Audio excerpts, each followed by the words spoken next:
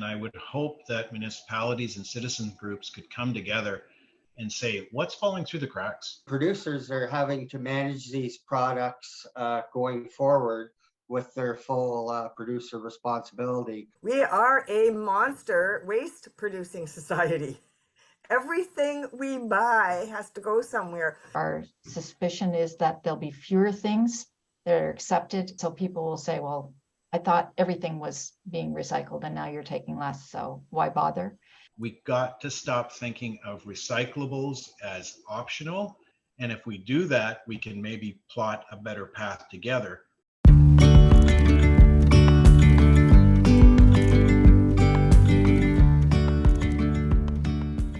Welcome to Climate Forum. We are recording. I should just let you know and be advised that we share these recordings on YouTube so that we can get viewership further from tonight and the stuff we discuss and the takeaways that we have to spread it on YouTube. I'm Lee. We're here tonight to get up to speed on the transition of our recycling to the producer pay, or the IP. Thank you. The IPR. Getting acronyms from my daughter.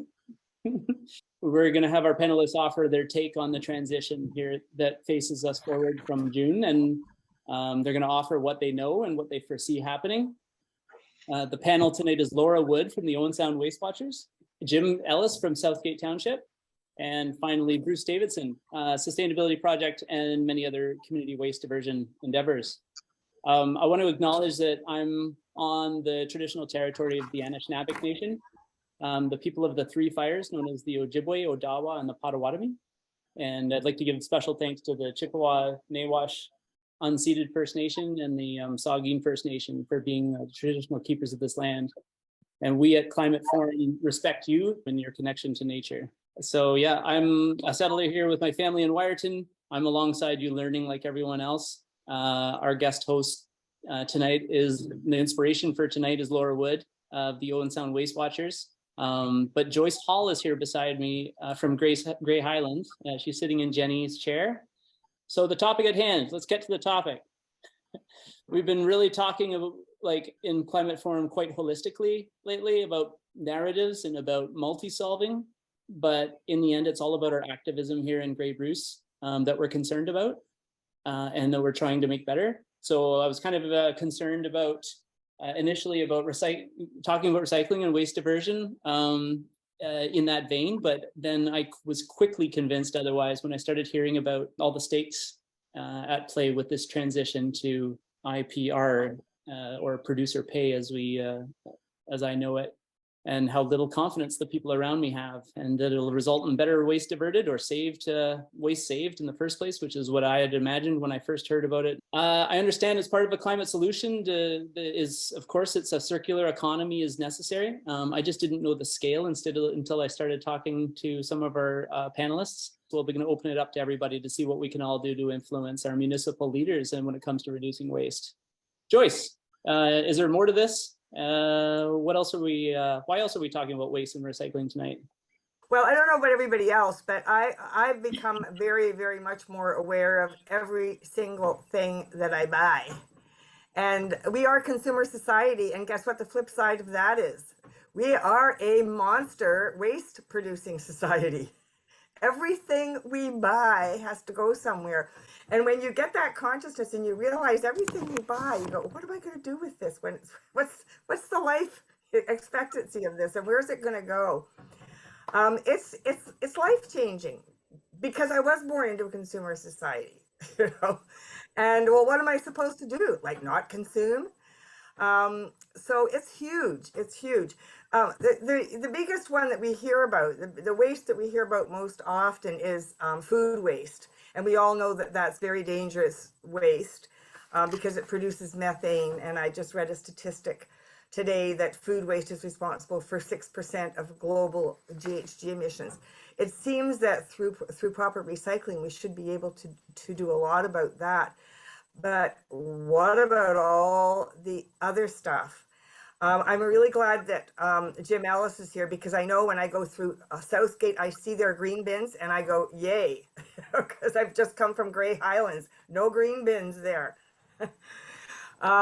So I'm really, really pleased to have this conversation tonight because it's something that has become, almost a haunting episode for me every time I buy something.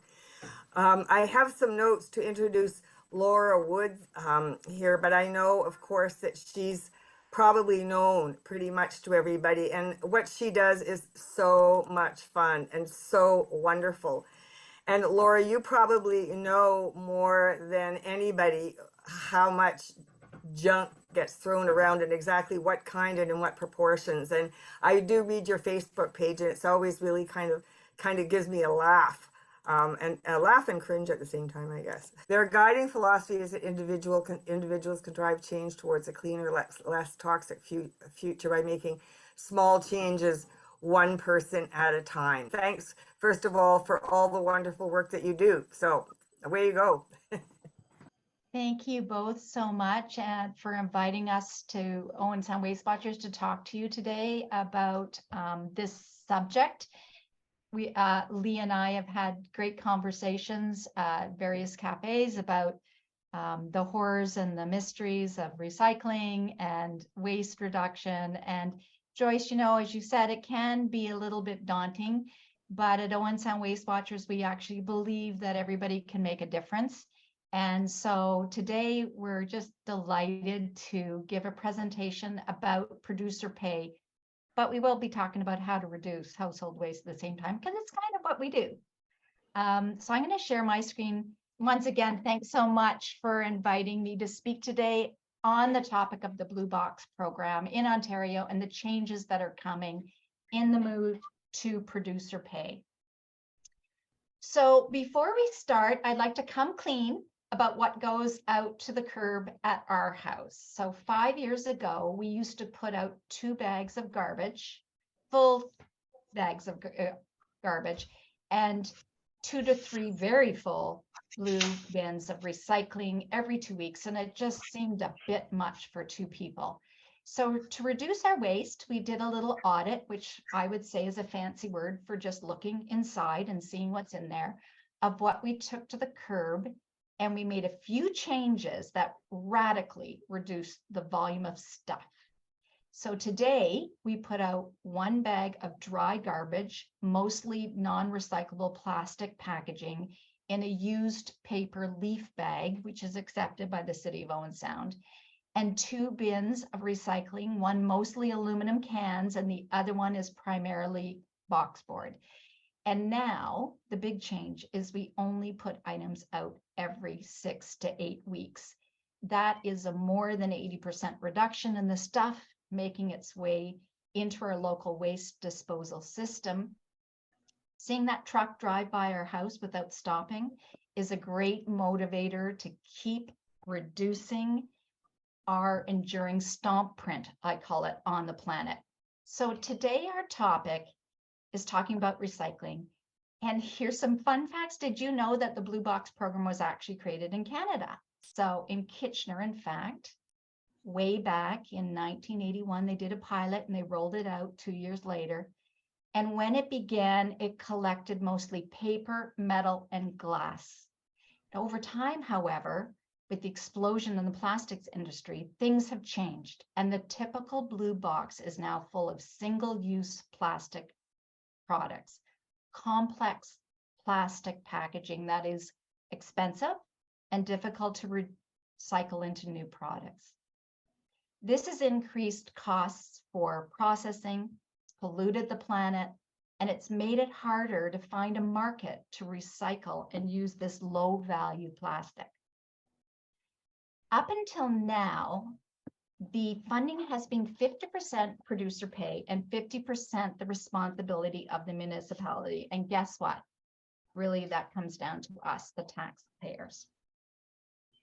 In the 15 years between 2001 and 2016, 16.5 million tons of waste material was diverted from landfill. And if you're watching me, you'll see I'm using air quotes. As I imagine you've all heard about how little of what we put into our blue bin is actually ultimately recycled into new products. Today, 86% of plastic waste ends up in landfill because only a small portion is actually recycled. And that could be due to contamination, being intentionally included in the garbage stream, or actually there being no market for it. I was able to find a few stats about the local diversion rates for our municipalities online, including Meaford at a very high diversion rate of 67%, through to 41% in South Bruce Peninsula. And Jim, I hope this number is correct for Southgate. I can tell you that finding the diversion rates online for Southgate was a breeze. I imagine this means that you've got a good team there, and I can't wait to hear more about what's going on. So today, municipalities across Ontario have very different lists of what is collected. Some are simple and the process is simple. Like, for example, in Toronto, you just toss everything into the blue bin. Others are more complicated. When Jack and I moved to Owen Sound, we couldn't believe how complicated it was. And it took us a while to get used to how to recycle with 3 separate containers, different collection dates. We've all been trained to recycle and feel good when we do it. Now the program is changing. Is this program change the solution?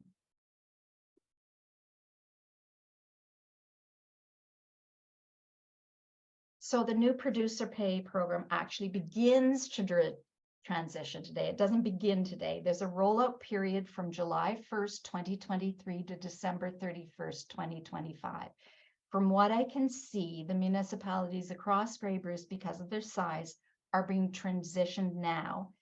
But to the best of my knowledge, have received limited information to pass on to residents. From what I have heard, you're being told, don't worry, nothing is changing for you right now.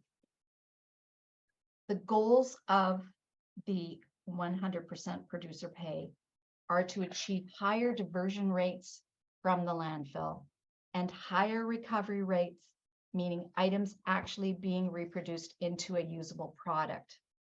And of course, higher revenues from those items in the future. Oversight is really, really important. And we're happy to see that the Ontario government is still involved by making sure the producers provide both manufacturing and recovering data to the newly formed Resource Productivity and Recovery Authority. And some recovery targets have been set that you will see here. This association's oversight and public scrutiny by many, many environmental groups will help shine a light on producer performance in the years ahead. So under the new structure, producers are going to cover all of the cost of the recycling, collection, and disposal. For the most part, existing suppliers like Miller Waste in our area will continue to be involved on a contract basis. But before you think your taxes are going down, just wait. At this point, only residential blue boxes are part of the program. So that means funding for commercial pickup and disposal is not included, and municipalities will need to take a good hard look at what expenses they are billing back to local businesses in the days ahead to recover the costs. In a recent meeting, the CAO in Owen Sound said, we won't save as much money as you think. The whole process has been incredibly challenging for municipalities as they've been left waiting for the details. In addition to being restricted to residential pickup only, funding only, the new program will eventually change the items that are collected in order to move to a common box model. So while some municipalities have announced that nothing has changed for you in the days ahead, the list of items will change for some as this standardization to the common box is rolled out. So here's a really cute box or chart that was sent to the local municipalities to help explain the common box concept. The visual implies that all areas will accept more items in the future environmental groups have raised concerns that some municipalities will actually have a reduction in the number of acceptable items. And I guess we will find out about this when the common box process or criteria is established in 2026. Now, while we don't have a lot of details, I would like to take this moment to make a few predictions based on what we know right now. So adjusting my fortune teller's hat, there are 5 changes that I predict will touch your life in the days ahead. So number 1, we're going to see a growth in new innovative packaging. Being responsible to pay for the true life cycle cost of a product will motivate companies to discover new ways to create something for less money. One way to reduce costs, cheaper packaging. So here's a new paper alternative to plastic zip ties, lighter to ship and easily made from recycled paper products. Secondly, there's going to be an eagle-eye focus on cost recovery as companies look to offset their expenses. So for example, we've seen pop and beer in aluminum cans for over 50 years.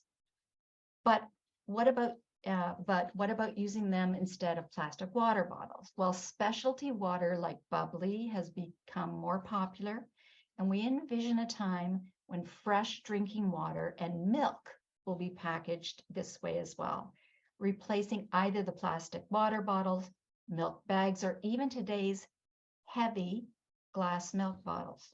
Today I was driving through town and I saw a vending machine outside of Ted and Grace's stop for fabulous food, and everything in it was in an aluminum can. We used to see that. It went to plastic. It's moving back to aluminum cans. So aluminum cans, I love aluminum cans. Come with me down the rabbit hole about aluminum cans and you'll discover why there's so many in our personal blue box other than my addiction to soda. So did you know that today aluminum cans are the only item that actually make money for those in the recycling business? And that's because, unlike plastic, aluminum cans can be reproduced again and again without losing a lot of their structural integrity.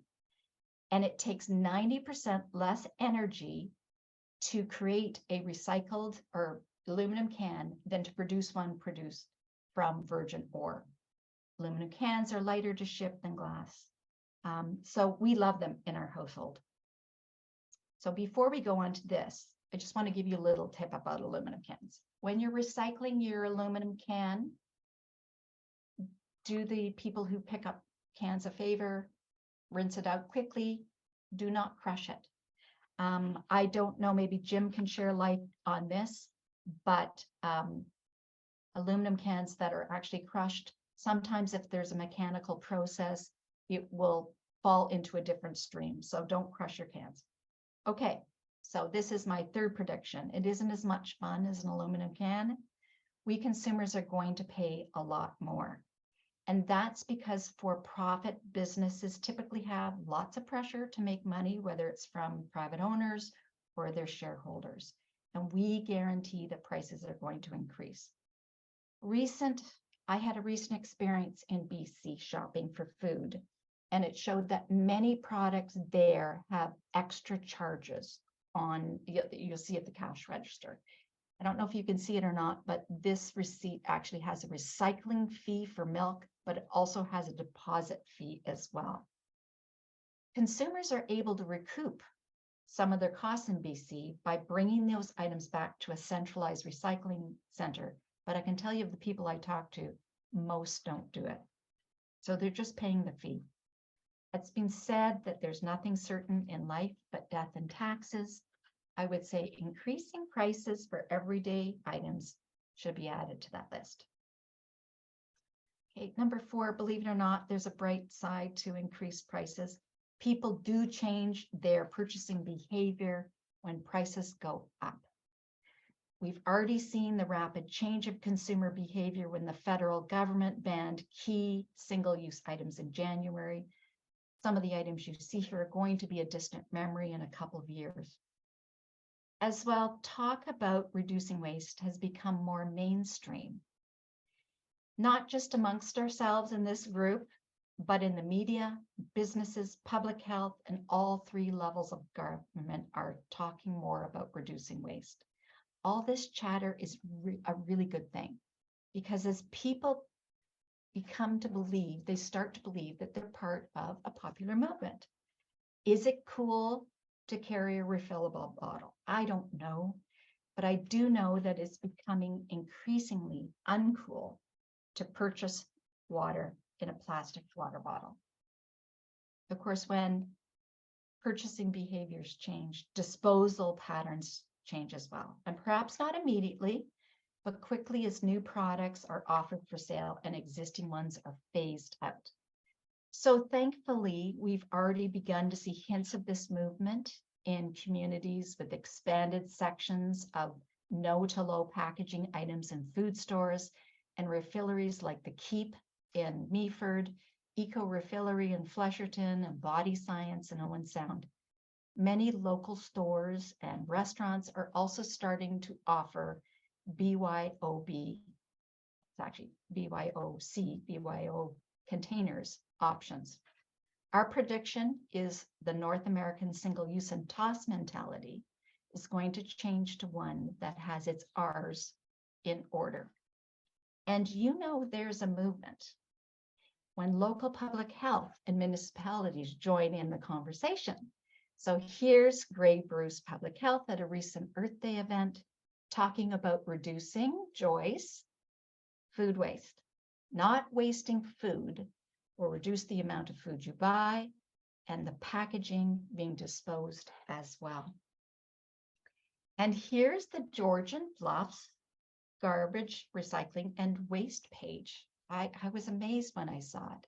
It says, do your part to help reduce, reuse, and recycle. As a community, we are responsible for helping reduce our impact on the planet by limiting and reducing the waste we generate. The township is here to help. I can tell you that this is a new stance for many of our municipalities and counties who are faced with the responsibility of where to put consumer waste. It's great to see leadership messages like this, bringing the focus on what we can all do to reduce the impact of the impact that we all individually have on the environment. Okay, I'd be remiss if I didn't mention that you can find all 7 ways to reduce household waste on the Owen Sound Waste Watchers website by being aware of what we contribute to the system, ditching single-use plastic by finding sustainable options. And here's my favorite, starting to compost. This has been an amazing help to reducing garbage in our house. Our garbage is not stinky. There is no food at all in our garbage. Reducing the amount of paper that we use and helping to save our precious boreal forest. And while you're at it, picking up some litter to remove items that don't belong out in nature, where they can harm our soil, birds, and animal friends. So at Owen Sound Waste Watchers, we're committed, as Joyce said, to waste reduction, making a difference, one person and one action at a time. You're going to hear more about Blue Box changes as they are made, because we know that the producers will want to make sure that the program that they pay for is as efficient and profitable as possible. So I'm going to say stay tuned for lots of changes coming to your Blue Box in the days ahead between now and 2026. So thanks so much for listening and for caring enough to make a difference in your household and in our community. Great. Thanks, Laura.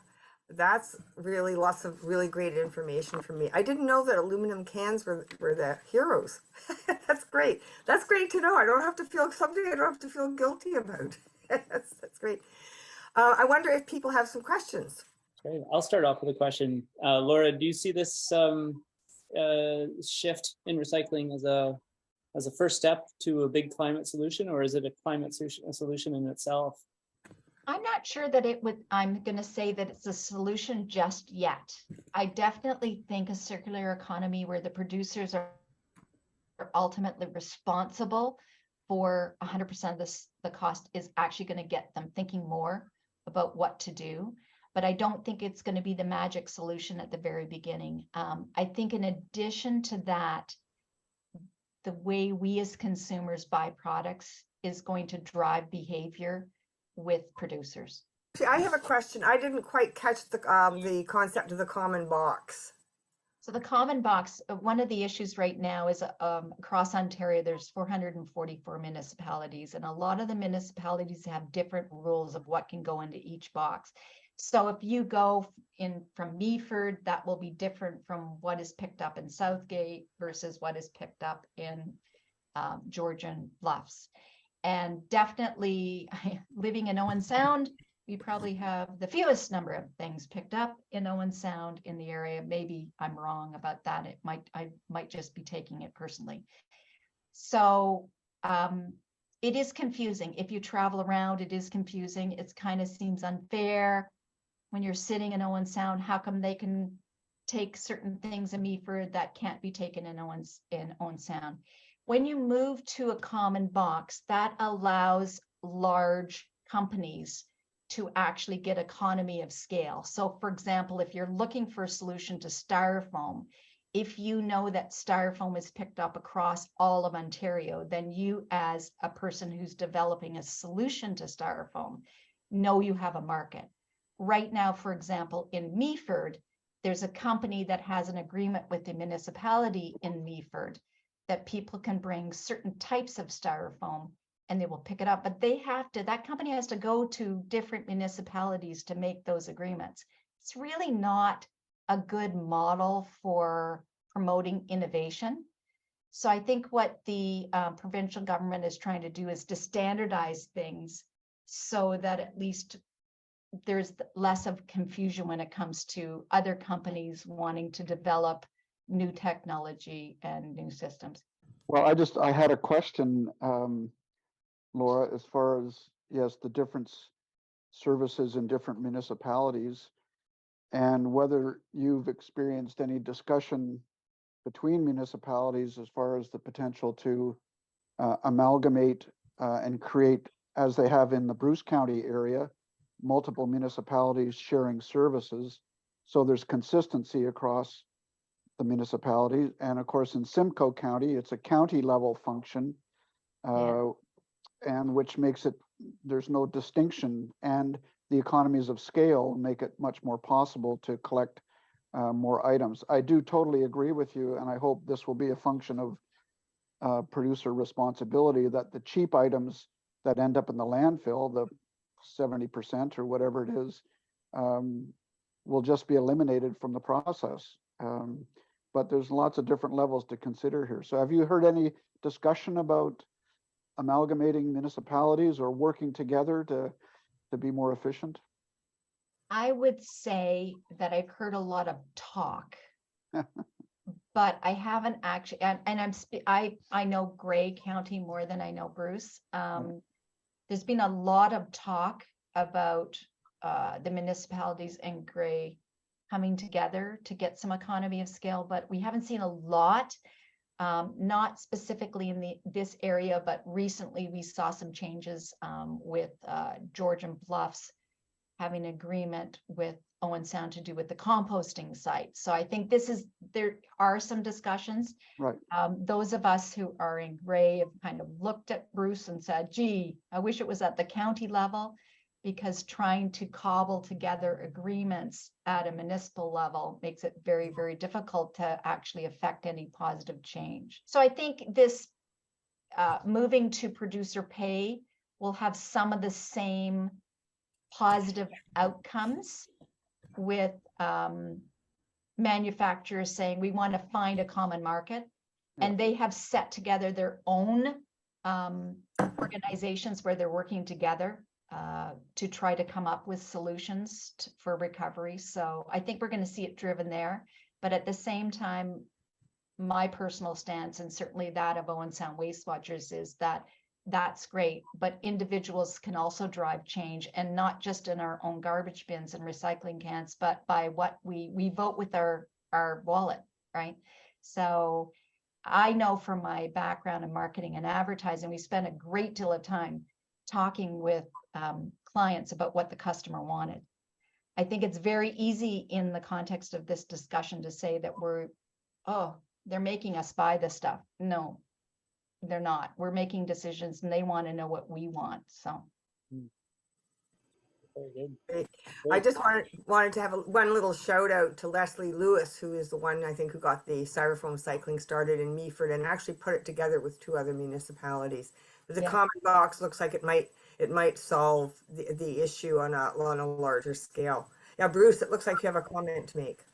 Yeah, I'll wait till I get my chance to go into a little detail as to how that styrofoam program evolved and some of the really tricky parts of making that work because of the nature of the product and how it has to be marketed and transported.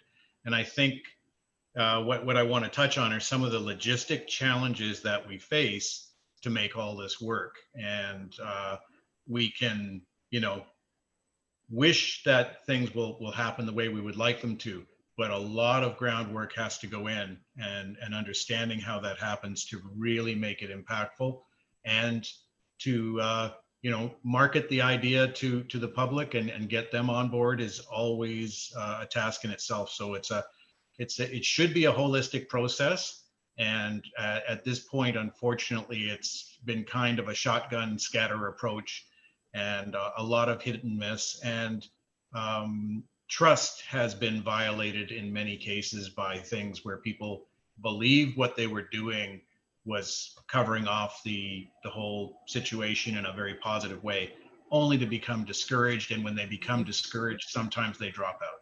I really like the idea, Laura, of how you're putting this forward, and the vigilance is going to be really important. We have a voice, we have to use that voice. Just for Laura, so it's about single-use plastics. It's less about recycling and what is, since they're all already made, what is happening to all these single-use plastics that are in the big box stores and the warehouse, asks Danuta. a lot of it, depending on whether there's a market for it to be processed into another product, a lot of it is going into landfill. And over the last couple of years, there's been a move to things like plant-based plastics or compostable. An awful lot of that has confused the consumer, thinking that they're also buying something that is good. But if there isn't, some of these products break down in a similar fashion to plastic. So, there has been a movement to how can we make money on consumers' desire not to pollute, and it still has been polluting. Bruce, maybe this is a little bit about the losing trust, etc. And so I hate to, I think in my age, am I going back to what my parents used to say, if it's not metal and it's not glass and it's not paper, forget it. That's not practical in today's world. There's so much plastic out there. But what we have found in our household is that there are ways to actually reduce, to think about what you're purchasing, and perhaps maybe you don't need to purchase as much. Joyce, you were saying, you were part of the consumer generation, so are we all. And we want to keep our industry and our local businesses going, but to look at lower product packaging and to actually just use your voice, talk to people, talk to one of the great examples. I was listening to a group in Toronto the other day. Their solution to help reduce single-use plastic is to go to merchants and say, ask first. It's not good enough to throw in bamboo utensils to every takeout container, because there has been a carbon footprint to producing those bamboo single-use items as well. So one of their ideas is to go to local merchants and say, ask people if they want it before you give it to them. These simple things can make a huge difference. And if we just ask, the other thing I would say to you is, we have to be nice about it. I mean, there's one thing about being a prophet in the wilderness and all that sort of stuff, but a lot of the people we're talking to are employees in food stores and fast food restaurants. You know, they're not making the decisions, but it doesn't mean that we can't chat with them, because the more we chat in a kind way to people, it gets passed along and people start questioning what their processes are. So that's one thing I'd like to leave with this group, is not only to look what you're doing in your own world, but just to ask people if they've thought about how they're reducing. Nice. I knew you'd bring it back to reducing. We've done a whole climate forum on reduce, the first R, and it was Sean Ankerman who came on from the coffee shop Highland Grounds in Grey Highlands in Flesherton, and he was just speaking to exactly that, about telling, you know, we all got to work together to try and get the not just the stuff that goes from the counter to the consumer, but from the industry to the counter and behind the counter. So thank you. And our next up is knee deep in the municipal transition, and that's Jim Ellis, Southgate Township. Jim, thanks for joining us. You are, as you know, I'll just tell you who you are. You're the waste resource and diversion management department. And you've been involved with the waste department since 2011 in the township of Southgate, which is nestled between Dundalk, Durham, and Mount Forest. It includes the town of Dundalk. Been there for 20 years. Jim, thanks for joining us. Good evening, good people. Thank you for the invitation to share with you today. Okay, so I'm going to bring some direction from the municipal side from what we've been experiencing. The blue box, as Laura alluded to a little bit, recycling rates have been stagnating or declining. And the producers are having to manage these products going forward with their full producer responsibility. And I agree with what Laura said. They're going to find ways to make changes to how they are going to get their products out and about, and in a much better fashion that will reduce waste and recycling. And they're the ones, according to the province, that are best to do this for us. And with this, the Blue Box program is changing here. And some are transitioning here in Grey in July 1st. For Southgate, we don't transition to October 1st, 2023. So we have to work with Circular Materials Ontario, that is responsible for overseeing this common collection system. We are being told that it is a good thing, that it will be common throughout, that everyone will put the same thing in the blue box eventually. So that's a really good thing. Municipalities have really been wanting that for a long time, and it's good to hear that it's coming together, or so we're being told. So then there's another group with the CMO agreements, that reverse logistic group. They will manage these agreements between municipalities and the contractors. And for Southgate, we just signed our CMO agreements about 2 months ago, with a lot of back and forth, a lot of questions, a little bit skeptical. But we are in a position now that we feel comfortable. This was based off of the 2020 data call reporting of how your financial statements looked. And that's how they created what your payments are going to be going forward. And for Southgate, we get $4.95 per household per year. That doesn't sound like a whole lot, really, does it? And we signed an agreement that we'll do the collection. So that means that we have to provide trucks for that price, our fuel. There is another fuel surcharge that's built in for if it's up and down in a period that has to be adjusted. There's some other adjustments as well. If you need a change order for adding more new places that come online, you get another $4.95. But still, that's us paying for a cart to provide to that resident for that collection service. So the pros, they have to ensure with this transition that it goes smoothly. And there right now currently is no change to the program, which there will be changes going forward, especially by 2026. And we'll get a little bit deeper into that. But the one thing for Southgate that's a lot in favor of this part is that once we have a receiving facility that we have to be designated to go to. And for us, that's going to be Waste Management in Mount Forest. And when we get the materials to them, then we don't pay any more like we did in the past. Like Laura had mentioned that municipalities were 50% for Blue Box. So we are still currently paying the MRF for our materials that they are receiving. That will no longer be anywhere that we're playing and paying with that anymore.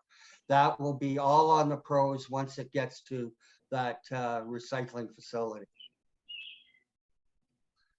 So then we get into eligible sources for municipalities. So producers are responsible to collect from residential households, multi-residential buildings, schools, retirement homes, long-term care homes, and public space receptacles. So that's something that you have in a park or something, a downtown street. There are some factors that play in, and they're built into agreements of how much they will pay or how many receptacles you're allowed to have out there for collection. But right now, they're not really giving us a hard battle on those receptacles that we have, but it would be limited to, we're getting actually more right now than they want us to have for Southgate. And we're small. We only have about, I think it's 24 public space receptacles. And for our population and for everything else, we should probably be, I think, around 15 or something. So then there's the non-eligible sources that the producers are not responsible for. They're not responsible for industrial, commercial, and institutional. They're not responsible for not-for-profit organization. Even our own municipal buildings, like the arena and the library, they're not responsible for those materials. Daycares, places of worship, commercial farms, campgrounds, and trailer parks. So again, we'll build into this a little bit further, but 2026, there's a real big change coming because now these non-eligible sources, the municipality is going to have to pay for them to be collected and to be disposed of, or I should say recycled, not disposed. So currently right now, some eligible and non-eligible sources like a residential apartment on top of a business, say downtown in Owen Sound or Dundalk or Wyerton or wherever you are, the residents upstairs is eligible, but that business underneath will be non-eligible. But during the transition period, the pros were guided in that they had to allow the continuation of the smaller downtown core type of service that we provide for those non-eligible sources for the transition period. That will end in 2026. So then back to the drawing board in 26, because like I just mentioned, these non-eligible sources will have to be collected separately from residential collection. So in Southgate, we have a two-stream collection truck.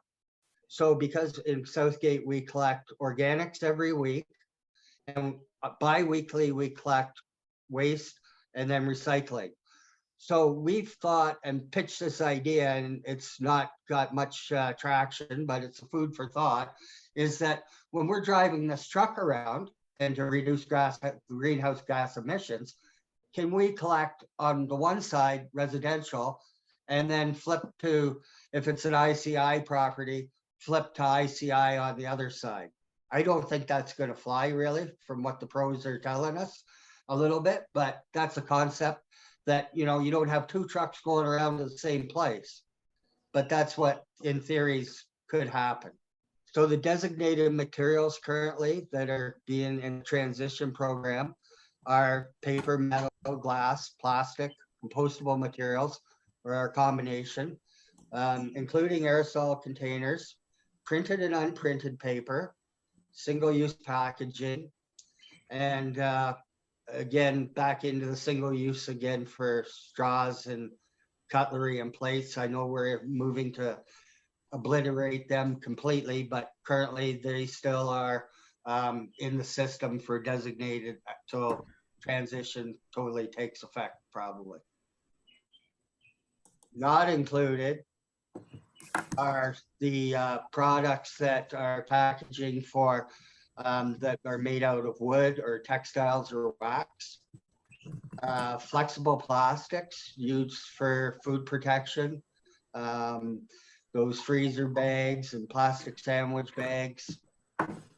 Any materials designated under a different diversion program, like, you know, your oil containers for your automotive line of stuff, garbage bags, recycling bags, compostable waste bags, books and hardcovers are not in the programs.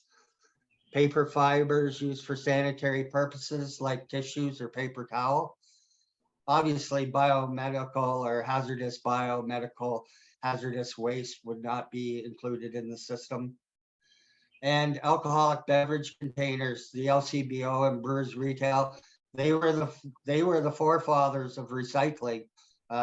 Brewers Retail was out there, right, you know, many years ago. That was one of the first collection systems that had a deposit.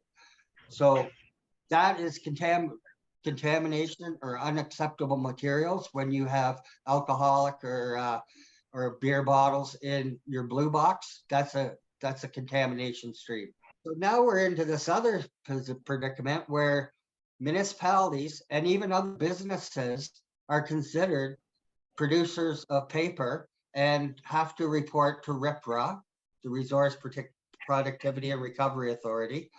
If they have a revenue over $2 million, which most municipalities do, and you must pay the RIPRA $85 administration fee to determine if you are a paper producer. And these categories can also go to the lawyer's office. Do they have $2 million worth of business? Does the real estate office have $2 million worth of business? So the other threshold is that for municipalities right now or other generators, that if you are under 9,000 kilograms of paper product that you are pushing out, you are exempt from the other reporting and then other monetary type of schemes that would be involved with being called a paper producer.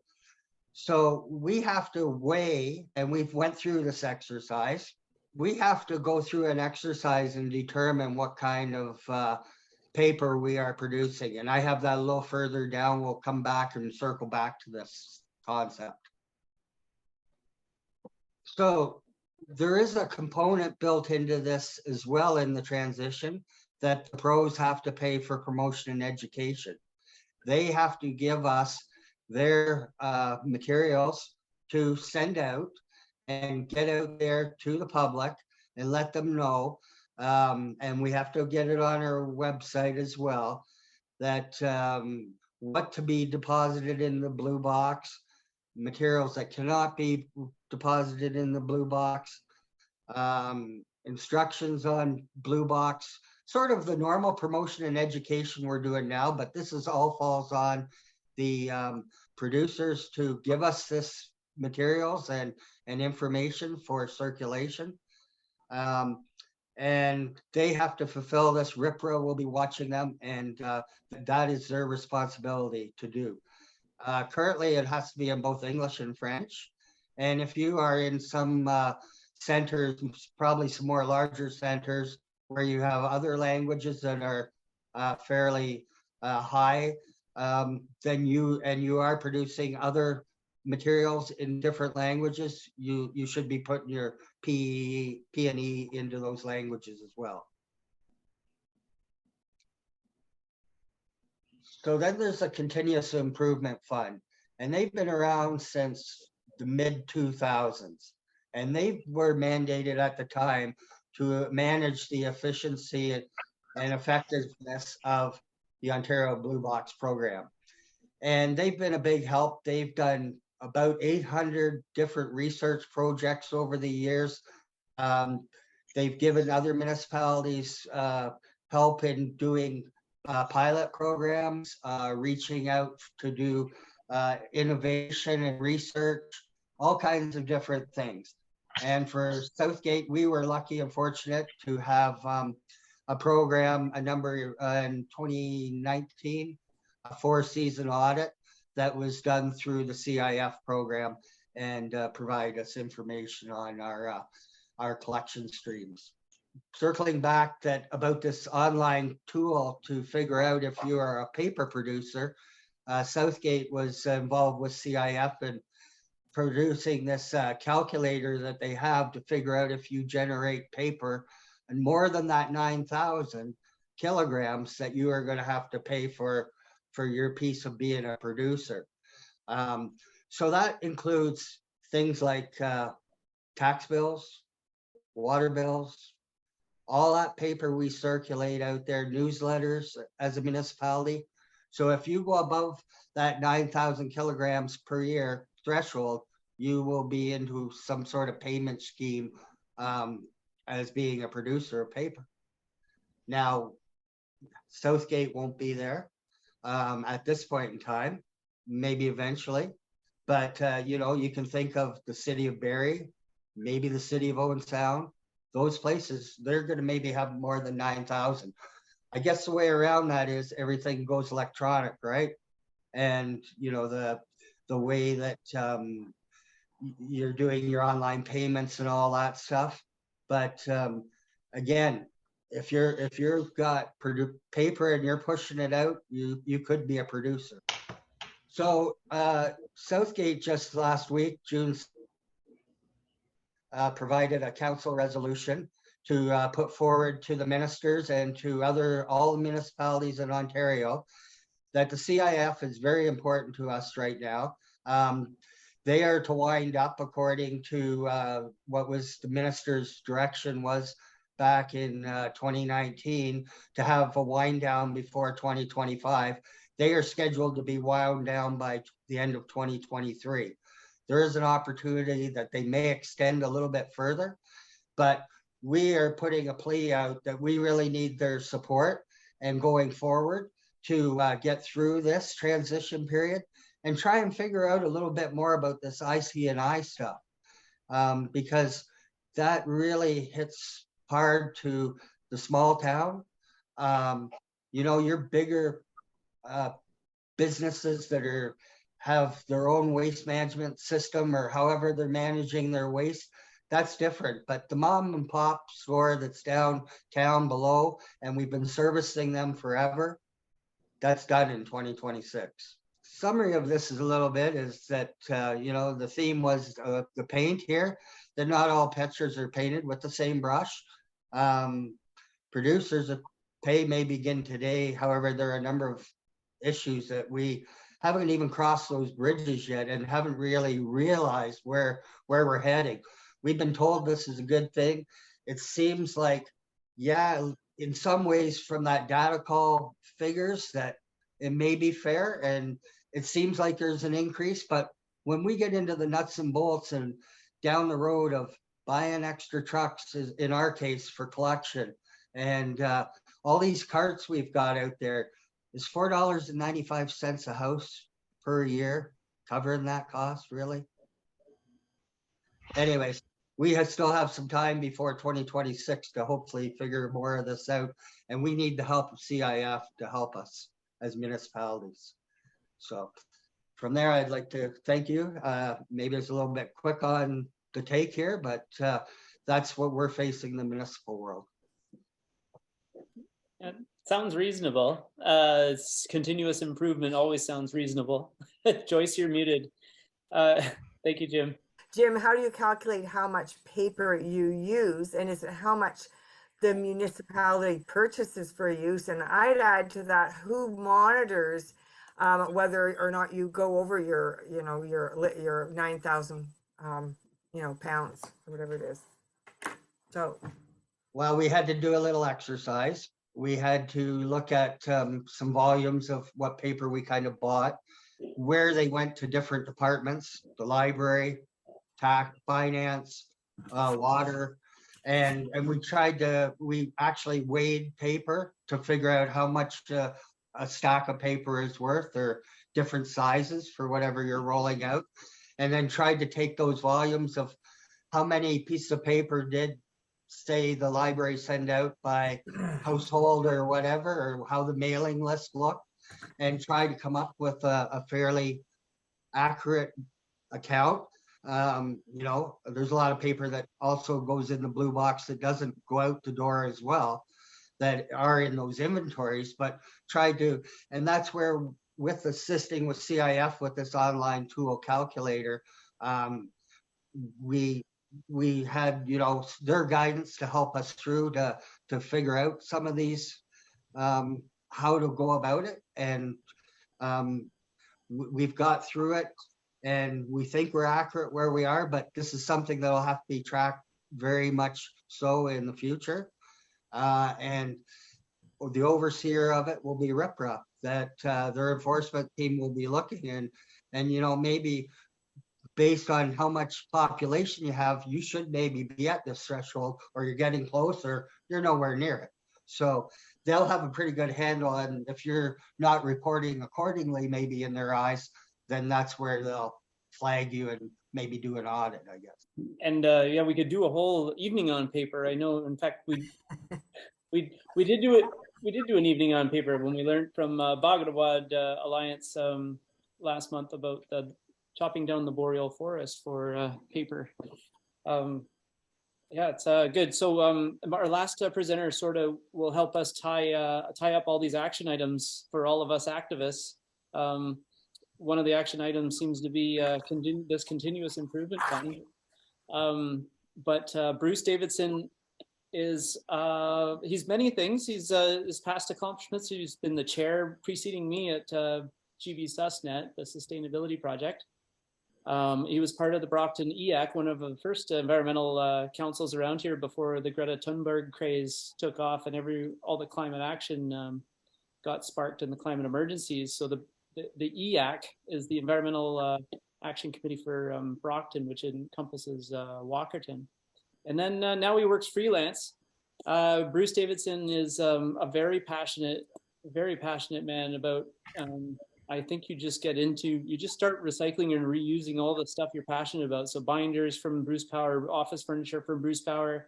Whenever you get a lead on anything that they're giving away, Bruce seems to find a home for it. And you got to give credit where credit's due, as Bruce pounded the pavement to try and get styrofoam to take off over the past 5 to 10 years as well. So Bruce, how can we, what pearls of wisdom do you have for us now? Recyclable pearls, actually, or reusable. I want to compliment both speakers in bringing a really good overview of what we're facing, and to thank them for that. That's really, really important. One of the things I just want to speak to before we jump into some of the points I have, where Jim was mentioning about paper and how much we produce. I experienced something the other day with actually assisting with the Styrofoam program, where I was at the landfill, because we have to access the landfill sometimes when it's not open to densify the foam. And 2 elderly groups of residents came separately to come into the landfill. And I had to inform them that no, we were closed, and this was just a situation where a contractor was entering. And one of them said, and it's an eye-opener, they said, well, how long has that been going on? I said, about 3 years now. And it was published, and it's on the website. And the elderly gentleman said, we don't have that internet thing. And so we still need to communicate with some of our residents with paper. But the fact that every single resident gets mailed this information is maybe something we could look at. In Walkerton, we have our post office, which virtually everyone has to go to because we don't have mail delivery door to door. And how about putting a stack of maybe a quarter of what was there? You know, to sort of say to people, if you want it, it's there. Or if you contact us and tell us you'd still like to receive it this way, because we're incurring tremendous costs with printing something for everyone. And there's a bin just outside the post office. It is full of paper every single day of things that people don't want to take home. So yeah, that's a good thing. I'm going to sort of jump around a little bit because a lot of what I was saying I think has been well covered. The concept of producer pay is good and it's long overdue. And it's, I think, you know, dovetails in with the idea of polluter pay and that sort of thing, where if you're causing the problem, you got to be part of the solution to clean it up. So I'm bringing you my point of view on some items which hopefully are going to be answered well, but may not be. And that's why I think we have to be vigilant. My point of view coming from being on the Joint Waste Management Committee for Walkerton and Hanover. And if you want to have a lot of fun, join a committee that resides in governance over 2 counties, 2 municipalities, and all the separate rules, and try and come out with solutions that you know, meet the mark. Also with the Environmental Advisory Committee in Brockton, which sadly no longer exists. Not a great look, but we did start some recycling programs that they told us could not happen, and we made them happen. And also from the Canadian Environmental Law Association, I've been with them for 19 years, looking at some of their concerns going forward. So I think that in terms of the items that are going to be in the common box, my experience on our committee, on our Waste Management Committee, is that we didn't get a whole lot of input into that, and we had some ideas of things that we were doing beyond the blue box. And the concern was, would they be included? Would they be considered? And so I think when you look at how this is going to work, we as residents are going to have to be very, very vigilant and, you know, look at waste audits in ourselves and in our landfills, if we have them, to see what's falling through the cracks as we go on. Because anything that falls through the cracks becomes a financial download, a task download to our municipalities. And if there are toxics involved, that's also a huge issue. As someone who sat on the landfill committee and went through our expansion, I can tell you it is hugely expensive to start a landfill, even if you do it where you already are. The environmental precautions that you have to take now, which are absolutely justified, are huge. We have to now, with the engineered site, take all our leachate and collect it in a pond or a containment, and then truck it through tanker trucks to our various sewage treatment plants in the 2 communities. That cost is going to exceed $1 million. So the better, per year, before very long, the better job we can do on the diversion front, the reuse front, the reduce front, the more that's going to serve us really well. So that's very, very important to look at that. One of the other concerns that came up with Canadian Environmental Law Association and with a number of other environmental groups was, are we looking at parity on collection regionally? Is everybody going to get the same service and the same dedication to that service? And if that's the case, that would be a good thing. The challenge is, and I think there was a slide earlier showing targets of collection, that they wanted to get this percentage of this and this and this. Well, if they do that province-wide, the difficulty is that they can get 80% of item X out of the GTA. They don't need Grey Bruce. A lot cheaper to do it down there because, you know, in 2 blocks, you've got the population of Walkerton. So I think that we're going to have to fight for that. We don't have the number of votes up here. We don't have the population, and it's really easy to look the other way. And it speaks to the notion that Canada has a huge amount of space and we can just keep landfilling and go merrily along. We can, but just not merrily. I remember a stat when I first started looking at some of these problems. Before the amalgamations, Grey Bruce had more landfills than the country of Belgium. So, Brockton still operates 3 different sites. So we have to really look at that. So we're hopeful that there will be an opportunity, and this may be an opportunity we have to force as advocates for our communities. We have a right to be stakeholders in our own lives. We cannot be disenfranchised because we are not technically, papered experts with multiple letters behind our names. We have the lived experience, and we are seeing what happens. So logistics matter in all of this, and we did have some insight to, what are the high value things, what are the low value things, and how do we make sure that they're dealt with. And one of the problems are with, for example, film plastic recycling, low value item, not that easy to handle. And do we have the capacity? Are we dedicating the capacity? Because the government can say this will all be dealt with, but the problem is how many places can actually handle that material and where they're located. So I'm going to get into that a little bit more in just a minute. But Bruce, And, Bruce, what is can you yeah. explain film plastic for the layman?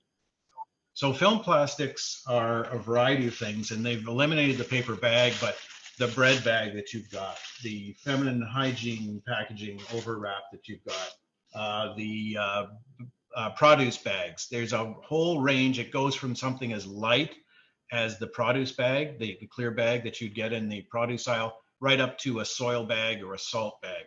And even though they're moving to eliminate some of those, they're going to be with us for a while, and we need to have a solution. We have had in Brockton, and I think all of Bruce County now, pretty well everyone has been signed up to a program that we initiated with a company called Trash Taxi that was primarily collecting garbage and also cardboard. And we've been, and I'll explain that loop on how that's worked and how important that has been, because there's no good end to plastics in the environment unless you're part of a cult that wants to see the end of us sooner than later. So that is something I'll touch on in just a minute. So when you look at the realm of plastics, one of the problems that we're looking at right now, and it has been touched on, is we don't have a holistic solution. You're in as this business, this consumer, you're out. So for example, if I make a purchase from Schmitty's Furniture and they leave the styrofoam that it came packed in, I can dispose of it hopefully in a residential program. If they take it back, even though it came to my house, it's a different problem. Now, thankfully, and I'll talk about this in just a minute, we have developed a program here that through a private collector and densifier, both are of those situations are being answered. And I think that that's really, really important. If you look at things that we are really still searching for a solution on, things like pallet wrap. And if you think of the grocery store, these are not things that are your household, but these are the pallets that come into the grocery store, or skids. They're wrapped in a stretch wrap similar to saran wrap.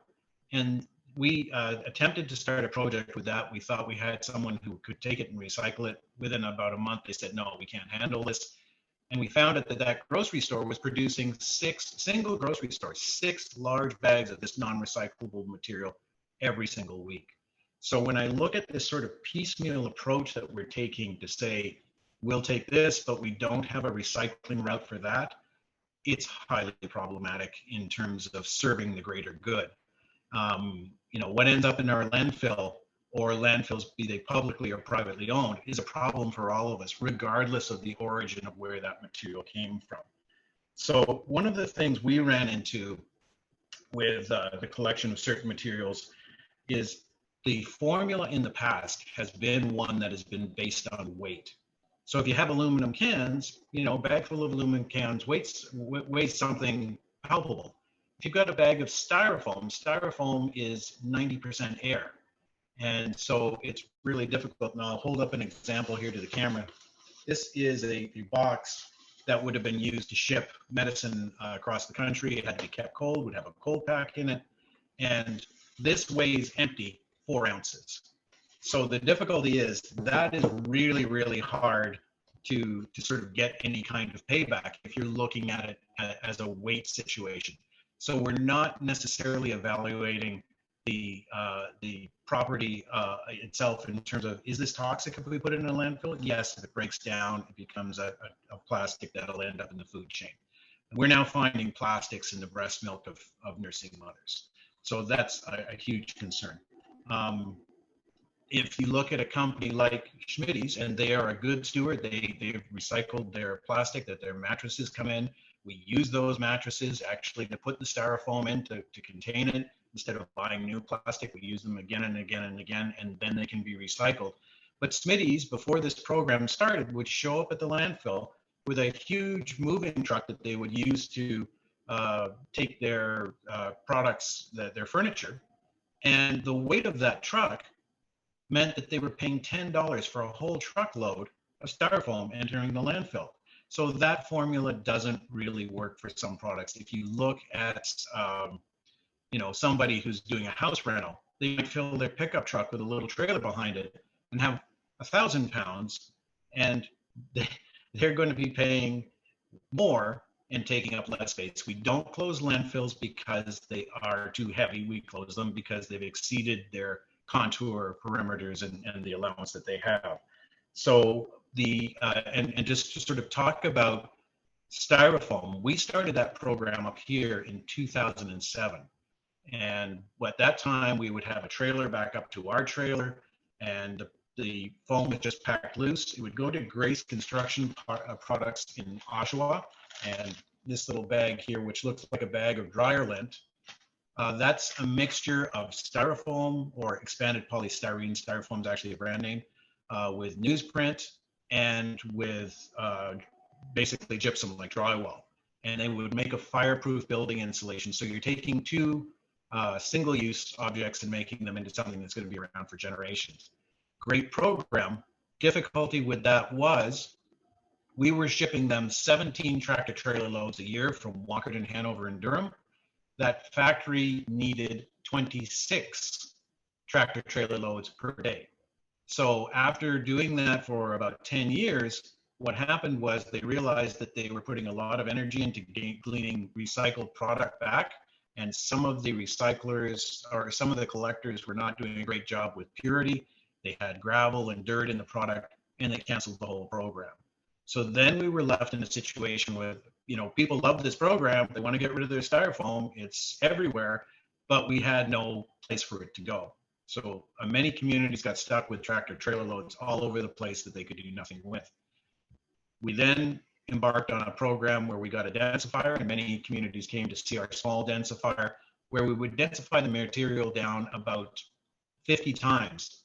And the problem is, when you look at this box again that weighs 4 ounces, you can't efficiently put tractor trailer load after tractor trailer load, which can maybe hold 50,000 pounds, and ship them at 1,000 pounds and not be damaging the environment. Your intention is good, but the result is bad.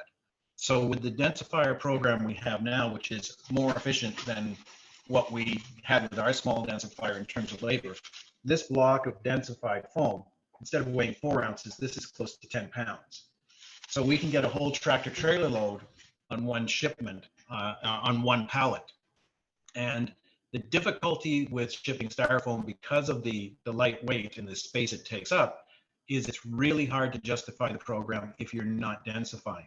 And so the brilliant solution that Second Wind Recycling has is they have a portable densifier that will go to each municipality so that they don't have to buy their own equipment, densify it, and then take it away, create an economy of scale so that they can then market it. Because when we first started, we had to market it. Municipalities are not experts in marketing their recyclables. So that was a really good system. And the Meaford system sprang from what we're doing here. Right now, every municipality in Bruce County is involved in that program.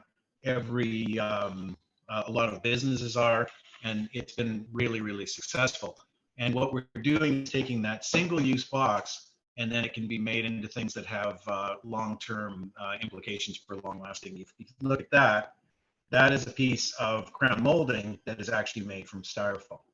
So that's going to be in somebody's house, hopefully for 30 or 40 years, or until the kids take the house over and decide to rip it off and paint it.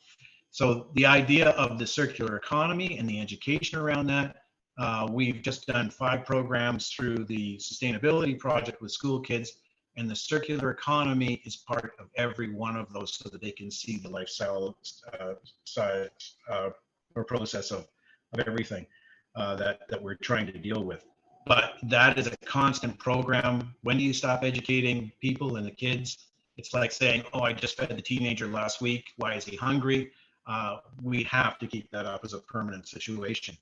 The other thing that I just want to touch on here, and I'm aware we're running the clock pretty quickly here, is the cost differential between new, or as they refer to it, virgin material. If we keep using virgin material, the material might be virgin, but we're getting screwed. So this is a real problem for us. And use the example of Grace Construction Products, where at the end of the day, they could not see their way clear to continue to use the recycled product because the economy of scale of moving it wasn't there. So we need a commitment by industry to not keep going back to the raw material base, because styrofoam and plastics are oil based, and that's not a good thing. So I just want to give the example of sort of a recycling loop that to me makes some sense. And I think there's going to be evolution in this. The plastics we are using are going to change. What was brought up in terms of recycling plastics is that there are some biodegradable. Some of that's a little sketchy, some of it's good. But you don't want to mix something that is a bag that's meant to fall apart in with something that's going to be recycled. And we have problems with clarity. So if you look at plastics and foam, there is the myth that if I put it in my blue box and it's gone, it was recycled. Some municipalities right now will leave what's not recyclable in your box and someone will take it away. So in Hanover, they have a different system to Walkerton, even though we share a landfill. And the notion is, well, they get to do it over there. No. It was picked out somewhere by somebody. So don't feel great about that. At our recycling depot where I volunteered, someone would take a material like this, and you can see that's not styrofoam. This is more of a rubbery consistency.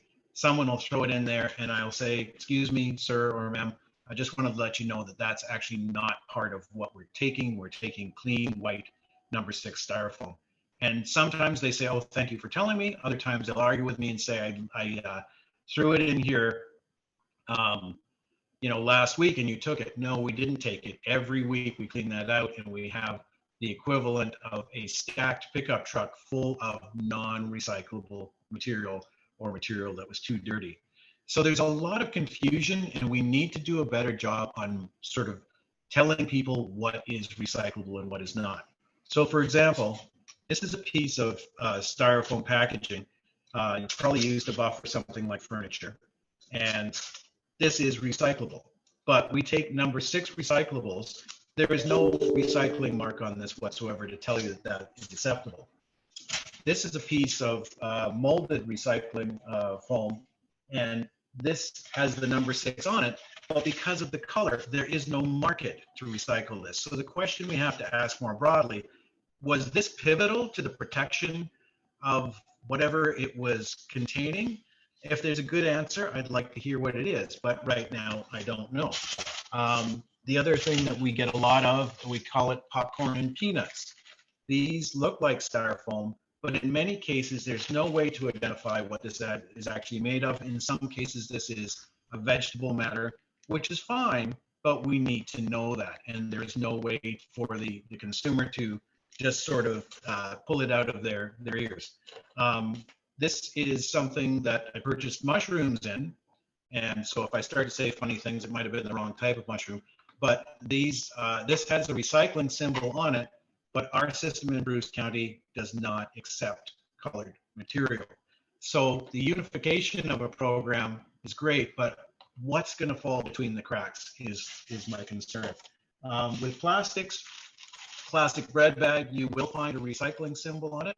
What I'd like to see is a recycling symbol on everything and in the same place, because the decision to recycle is made in a fraction of a second. Oh, I can't tell. So I'm either going to toss it in the garbage or going to do nothing with it. This is a plastic cutlery or bag. There's no recycling information on it, but this is film plastic just like the other bag is. Produce bags, there's nothing on this to tell you where it's supposed to go. This is a cheese wrap. Cheese wrap is not actually in the film plastic category. There's no recycling information, but we get lots of this in the mix. So we're going to have to do a much better job in not just the education, but allowing people to discern the information they need really quickly, because our attention spans are so brief right now that doing the right thing has to be easier than doing the wrong thing. So that's going to be really important to make sure that's happening. The other thing that is going to be really important with this transition is something I call the chain of custody of materials. And if you think of this like you watch a TV show about a criminal case that got thrown out, and they said, oh, well, we went to the crime scene, we collected this evidence, and lo and behold, somewhere along the line, someone tampered with the evidence, and the defense was able to say, sorry, you planted this, you did that. You may think of a infamous president who may be trying this maneuver as we speak. So hopefully law will actually trump his efforts. But one of the things that we found when we first started, and I started the e-waste program here before it was an official government program or stewardship program, we asked one of the major waste haulers to put on their bins, once we had the program, do not throw electronics in your big dumpster bin, because that company was at that time using our landfill, and we know there's lots of toxics in e-waste. They refused to do that. They refused to talk about their chain of custody to make sure that that material is actually going to the proper place and disposed properly. And the fear has been that some of the larger companies will cherry pick the high value items. And I have heard firsthand from smaller haulers that they will be dumping waste, and in will pull a truck with recyclables and dump it in the same pile. So that trust factor is going to be really important in moving forward with that, to make sure that if we don't have faith in the system, people will drop out. So I think those are some of the major concerns. The other one that comes to mind as new products and new technologies emerge, quite often we develop something that solves one problem, but it creates another because we haven't observed the precautionary principle to make sure that we're doing something that holistically is better than what we were doing before. Canada is currently moving backwards on its toxic regulations and toxics in the environment. The European Union is far more progressive than we are. And so I hate to see some new product come on and say, oh, it's lighter, it's cheaper, it's whatever this is. And then it has a toxic component that we only find out about after it's affected our groundwater. So producer pay, yes, good idea in theory. In practice, the vigilance cannot just come from appointed bodies. It's going to have to come from consumers. And when we looked at some of our recycling programs, we did a waste audit. We saw what was in the garbage and we developed from there. We've got to do those at landfill and make them work. And then just lastly, with the Continuous Improvement Fund, that's how we were able, or Dane was able to start his program. They funded a study that he needed to do to look at how he could serve the communities that wanted to recycle styrofoam and needed an economic way to do it. For the municipalities, it's nice because it's turnkey. You just collect it, we'll bale it, or we'll densify it on the site, we'll take it away, we'll market it. That's the type of collaboration we need, where we don't draw distinctions between where the waste came from. We have to deal with the waste regardless of where it comes from, or the recyclables. And that's the way I think we're going to move innovation. Bruce, you're always so thorough. I love the fact that you had all those items right beside you that you could show us. That was brilliant. How will producer responsibility encourage companies like Miller Waste and all municipalities to provide services related to styrofoam, organics, film plastics, and other materials? Well, I think that's really going to come down to what the schedule of collectible items is determined to be. And so we have been operating outside the Blue Box system with the collection of styrofoam. And I don't think, when you talk about the data call, Brockton, because we had two municipalities from different regions with different systems, Bruce County did the data call through BASRA, through our collector. I believe Grey County is a different system. So the funding was not there. And I'm hoping it doesn't come down to cherry picking and saying, is this an important program? I think clearly it is, but I can't guarantee an outcome. And sometimes if it's a problematic material or it's seen as a problematic material for the collector, they may opt to say that this is not something that is part of our core business. So I'm very, very concerned about the future that way. Okay, thank you. There's a question, two questions that overlap from Heike and Laura, and this sounds like an area where there could be some activism.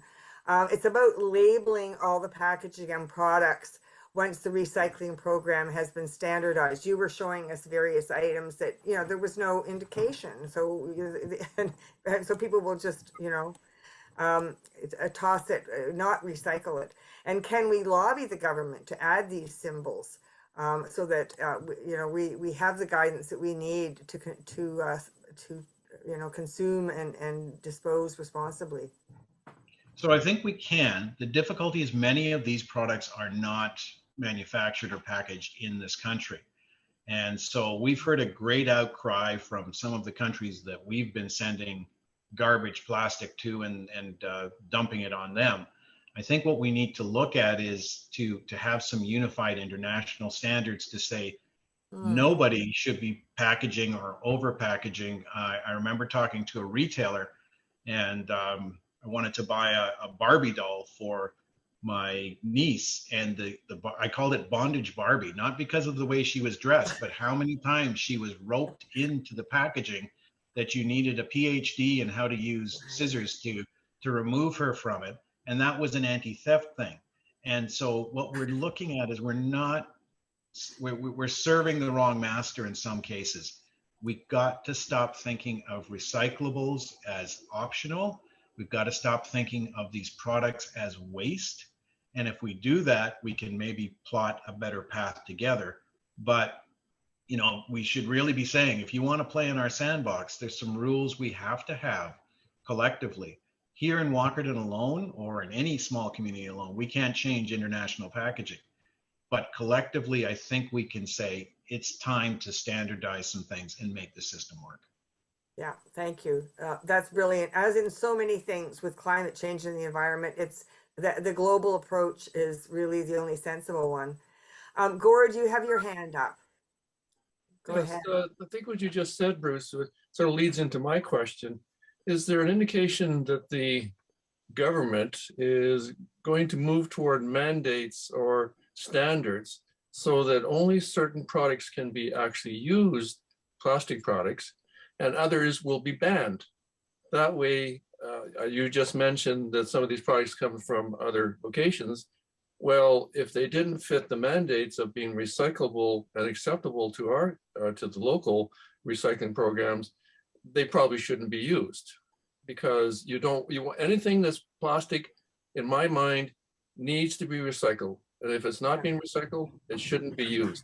Where is the government moving on this? This is a really important aspect that I don't see being addressed up at this point. We've moved somewhere, but what more can the government, well, the government can do a lot more, but are they moving that way? Well, unfortunately, when you have sort of a keep costs low and pro business government, they tend to sort of not take the precautionary approach. And I think that the difference is that we're falling into that quite a bit. What I think that there has to be is some unified activism where you have many voices from many communities speaking to that in a way that is going to have some power.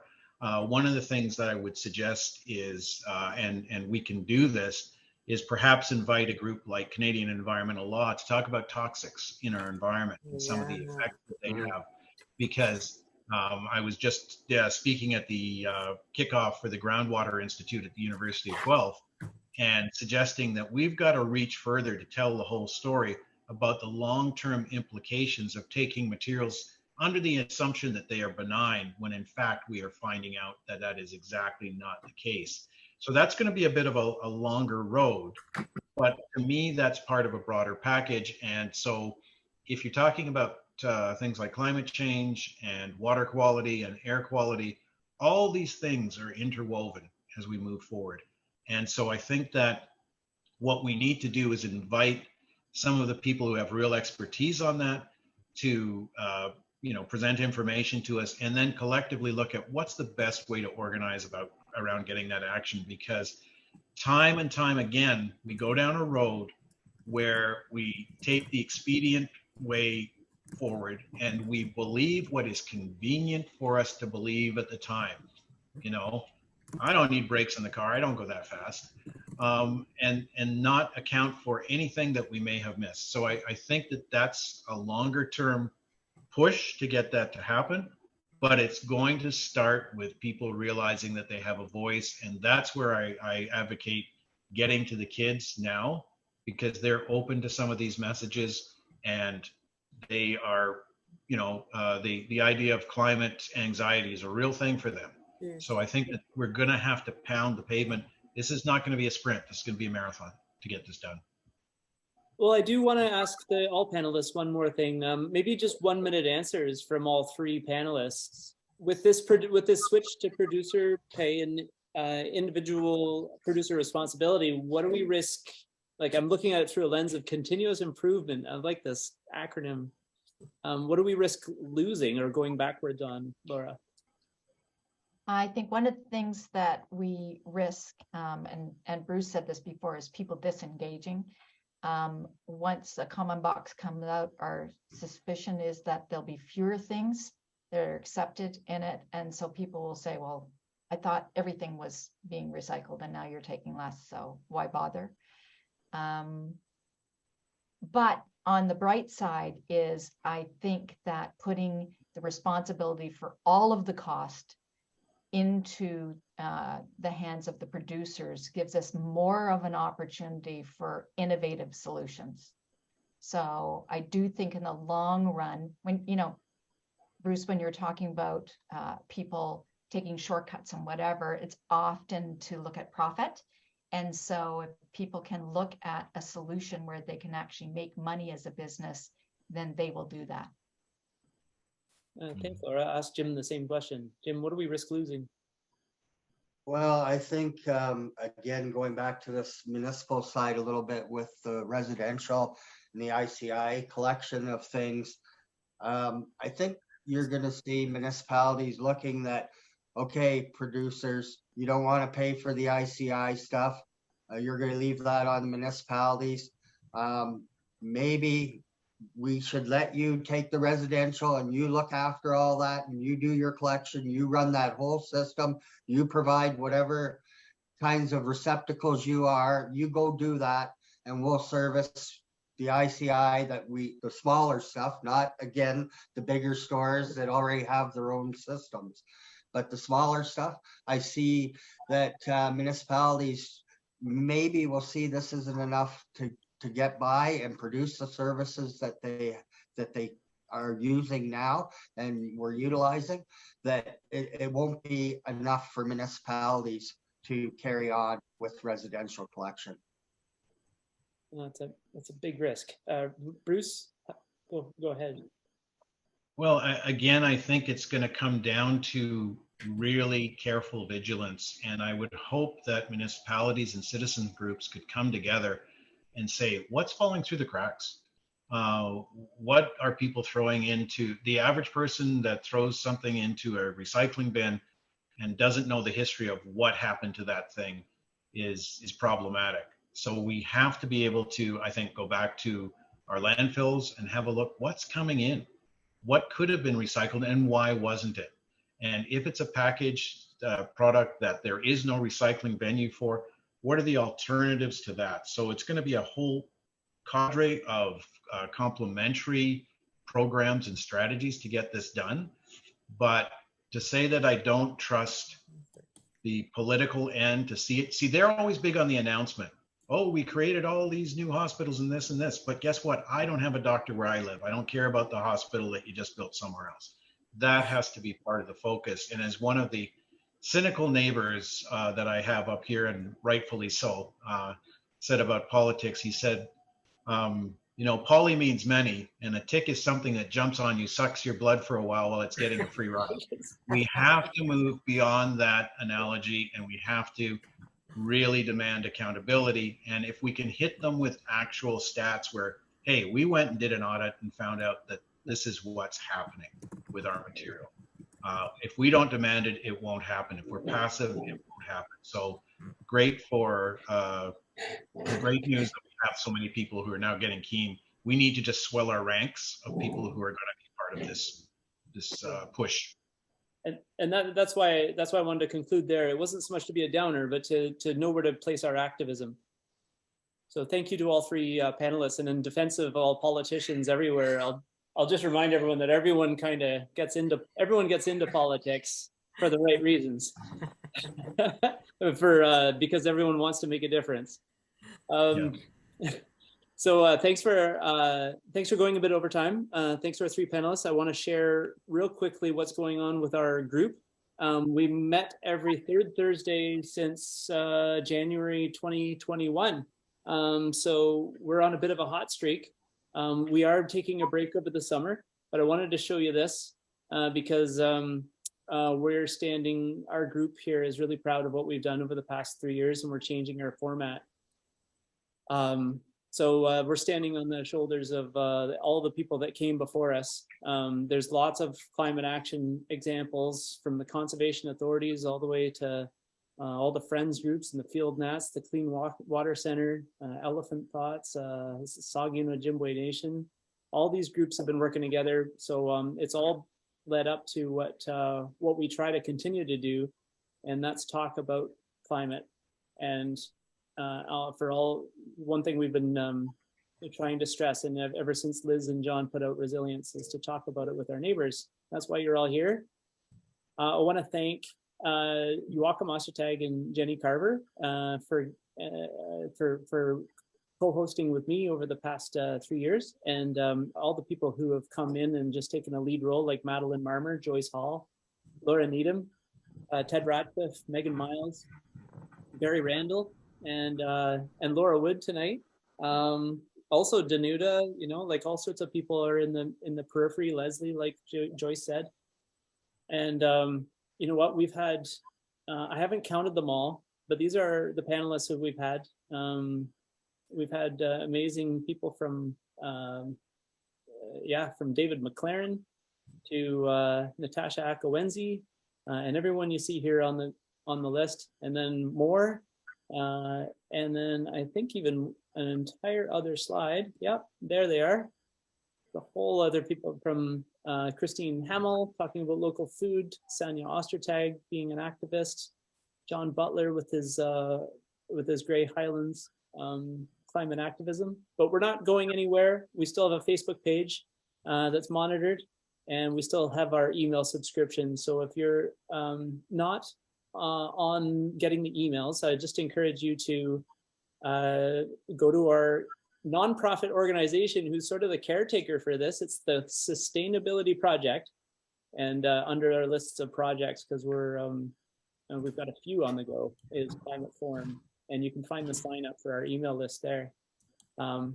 Yeah, I really appreciate it. And as you know, you guys all pick, the viewers all pick the topics, and the co-hosts just try to figure out which panelists would be great. And tonight, I want to thank Jim Ellis and Laura Wood and Bruce Davidson. And that's it for me. Thank you. Thanks to everyone for staying a little bit longer. So great discussion. Yeah, it's always great. We've got a wonderful community of people who show up reliably on third Thursdays. So the next one is September 21st, and that's a third Thursday of September. We just don't know the location. It'll hopefully be somewhere that everyone can get to. So we'll see you there. Have a good summer, everybody. Thanks so Take much. care. Take care. Bye-bye.